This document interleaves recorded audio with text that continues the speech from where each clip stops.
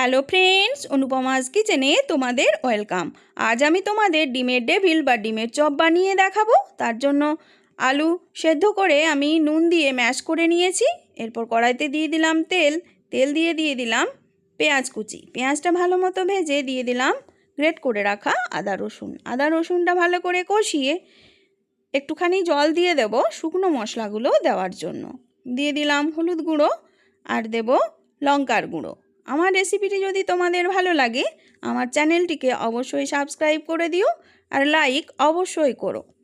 আর দেব জিরে গুঁড়ো আর দেব ধনে গুঁড়ো। ডিমের চপটা খুব সাবধানে ভাজতে হয়, কারণ ফাটে।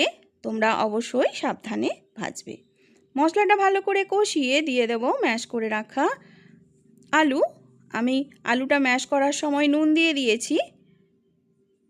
ভালো করে কষিয়ে মশলার সঙ্গে এরপর দিয়ে দেব গরম মশলার গুঁড়ো দিয়ে ভালো করে মিক্সড করে ধনেপাতা কুচি ছড়িয়ে নামিয়ে নেব পুরটা ঠান্ডা হবে। অপর দিকে ডিম সেদ্ধ করে আমি হাফ করে নিয়েছি।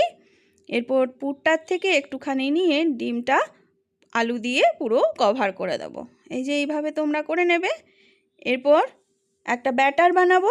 ভাজার জন্য নিয়েছি বেসনে দিয়ে দেব পরিমাণ মতো নুন আর দেব খাওয়ার সোডা। জল দিয়ে ভালো করে ফেটিয়ে একটা ব্যাটার বানিয়ে নেব। এই যে দেখো ব্যাটারটা এই মতো হবে। এরপর যে ডিমগুলো আমি রেডি করেছিলাম সেগুলো বেসনের গোলায় ডুবিয়ে তেলে উল্টে পাল্টে লাল করে ভেজে নামিয়ে নিলেই তৈরি হয়ে যাবে এগ ডেভিল বা ডিমের chop. Please like, share, comment and subscribe my channel. Thank you.